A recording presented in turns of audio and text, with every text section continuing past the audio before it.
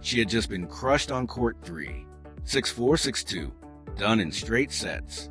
For a moment, that seemed like the whole story, a routine second-round win at a WTA 1000 event. But then Elena-Gabriela Ruse walked off court 3 at the Lindner Family Tennis Center, and instead of disappearing into the tunnel in silence, she said something that stopped the tennis world cold, and it had nothing to do with the scoreline .2 years. That's how long Alex Eala had carried this one dot back at the 2024 U.S. Open qualifiers. Ruse stood across the net from her and delivered a gut punch. 3-6, 6-1, 6-4. That loss denied Eala what would have been her first Grand Slam main draw appearance. She was 19 then, ranked 153 in the world, the Romanian standing at 122, a rising player, but still searching for her footing on tour.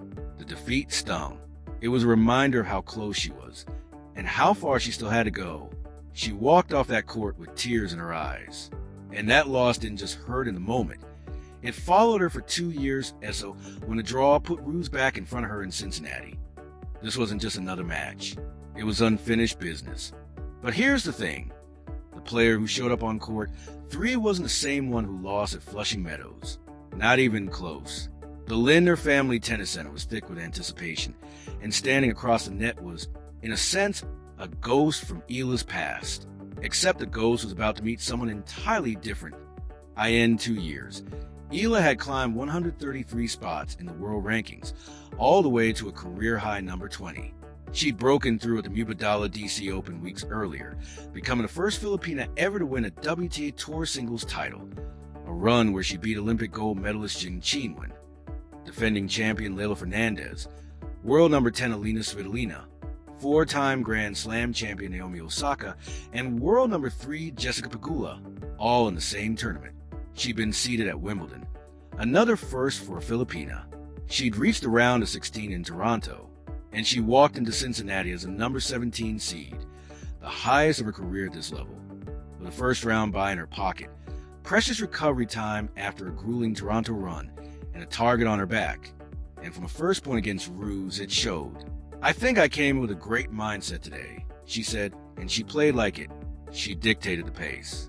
She controlled the rallies. She never let Ruse find any rhythm at all. The court was hers. The moment was hers. 6-4, 6-2. Demolition, but the real story wasn't the scoreline. It was what came after. Ruse is not someone who hands out compliments lightly. She's a 28-year-old veteran with a career-best ranking of number 51, a player who has beaten top 10 opponents like Barbara Krejcikova. She knows exactly what elite tennis looks like. And yet, in her post-match remarks to Romanian media, she called Eala one of the new stars of the WTA circuit. Think about that for a second. She had just been dismantled 6-2 in the second set, and instead of walking away bitter, she looked across the net and effectively told the tennis world, "This player has arrived." That's not just a nice quote. That's an acknowledgement from the one person who, 2 years earlier, had been standing in Eala's way, and Ruse wasn't the only voice saying it. Just weeks earlier, former world number 1 Andy Roddick had broken down exactly what makes Eala so dangerous. "Here's the difference," Roddick said. "It's not just anybody goes out there, hits a slow serve, and gets away with it. It's Eala's ability to crush the next ball if you don't square up that return."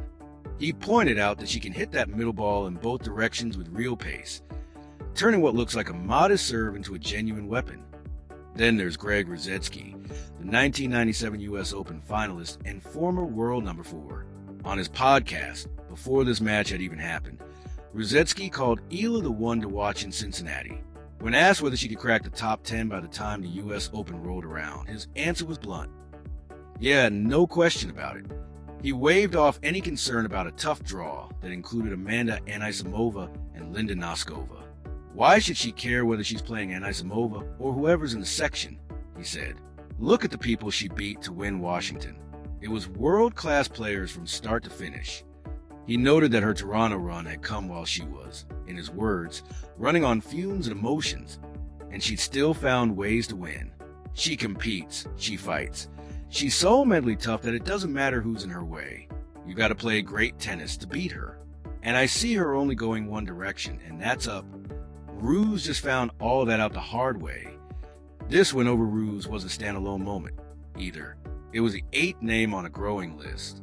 Renata Zerzua, Meyer Sharif, IGA Swiatek, Zheng Qinwen, Leylah Fernandez, Jessica Pegula, Alicia Parks.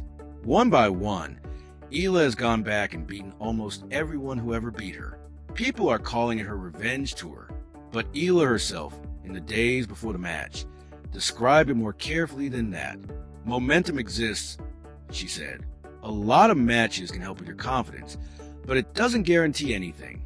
No arrogance, no assumptions, just quiet, measured execution. And it worked exactly the way she said it would. Off the court, she's talked about what's actually changed inside her. I think there are quite prominent differences in all aspects of my game, she said back in Abu Dhabi. But more than that, I think it's just a maturity of everything, how I approach things on court. Physically, I'm more mature, a little stronger. It's well-rounded growth. Watching her dismantle Ruse in Cincinnati, you could see exactly what she meant. The girl who walked off court 7 at Flushing Meadows in tears was gone. In her place stood a woman who had learned to turn the pain of that defeat into fuel. But the win over Ruse only buys her a ticket to the next test, and the path ahead is treacherous. Waiting in a round of 32 is a potential clash with world number 10 Amanda Anisimova, one of the hottest players on tour this season, known for powerful ground strokes and an aggressive baseline game. Beat her, and it becomes Eala's 10th career win over a top 10 opponent. Proof that this run is no fluke. Beyond that, Linda Noskova looms as a possible 4th-round opponent, a player who has already beaten Eala twice in 2026, including a brutal 6-2, 6-0 defeat at Indian Wells. And if the run continues far enough, a quarterfinal rematch with Jessica Pegula, the woman Eala beat in the Washington final, could be waiting. Even further out, Canadian Open finalist IGA Swiatek and Elena Rybakina sit in the draw. It doesn't get easier.